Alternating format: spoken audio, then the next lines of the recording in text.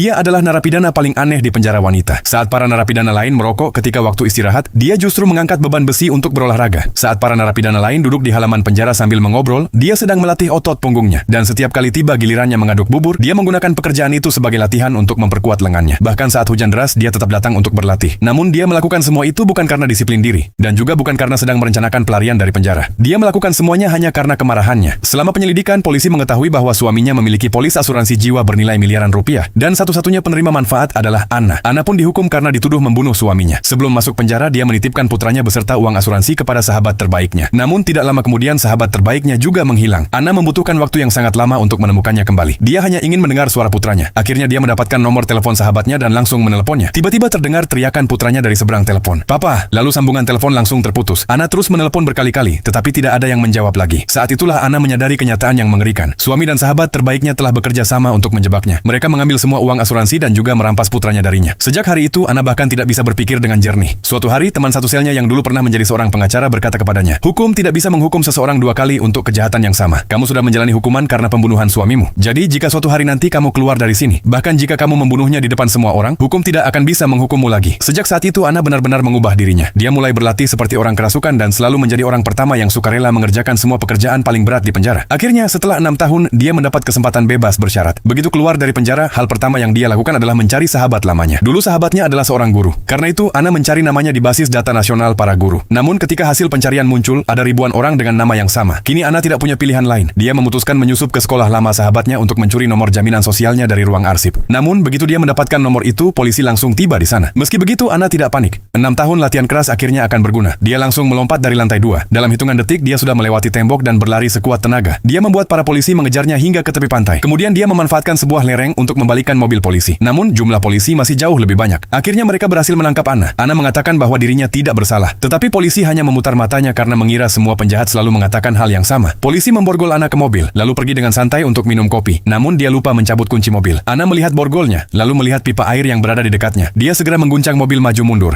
mencoba mematahkan borgolnya. Tetapi borgol itu tidak rusak. Pada saat yang sama, pintu mobil mulai longgar dan terbuka. Anna mengerahkan seluruh tenaganya untuk keluar dari mobil. Namun suara usahanya menarik perhatian seorang petugas polisi. Karena panik, petugas itu justru mengendarai mobil tersebut langsung ke laut. Begitu menyadari kesalahannya, dia membuka borgol Anna dan berenang bersamanya menuju permukaan air. Namun saat itulah dia menyadari bahwa Anna telah mencuri pistolnya. Dengan kekuatan dan daya tahan yang luar biasa, Anna berenang kembali hingga berhasil mencapai tepi pantai.